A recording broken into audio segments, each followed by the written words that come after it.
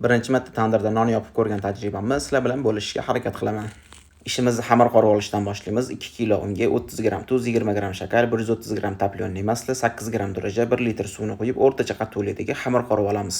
Xamirimizni yaxshilab qorib olganimizdan keyin paket bilan yopib, ustiga mato tashab qo'yib, 1-1,5 soat davomida xona haroratida oshishni kutamiz. Xamirlarimiz o'zidan 2-3 barobar katta bo'lib ishib olgandan keyin videoda ko'rsatilgan shaklda kesib, 200 gramdan tortib olamiz. Kesib olgan xamirlarimizni birinchi qo'limiz yordamida, keyin stolga qo'yib, qo'limiz bilan yaxshilab aylantirib, zuvala holatiga keltirib olamiz.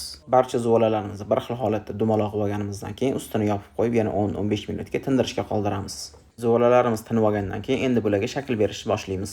Aylantirishga qulay bo'lgan har qanaqa moslamamizni o'rtasiga zuvalamizni qo'yib, qo'limiz yordamida ozgina pachoqlab olib, pichoq yordamida kesib, o'rtasini ochib, chakishtirib olamiz. Sedanamizga ozgina suv qo'shib, tayyor bo'lgan nonlarimizni bitta botirib olamiz. Tandirimiz qizib tayyor holatga kelgandan keyin cho'g'larimizni o'rtaga to'plab, suv yordamida olovni o'char-o'chmas holatga keltirib, tandirimizga suv urib, haroratini pasaytirib olamiz.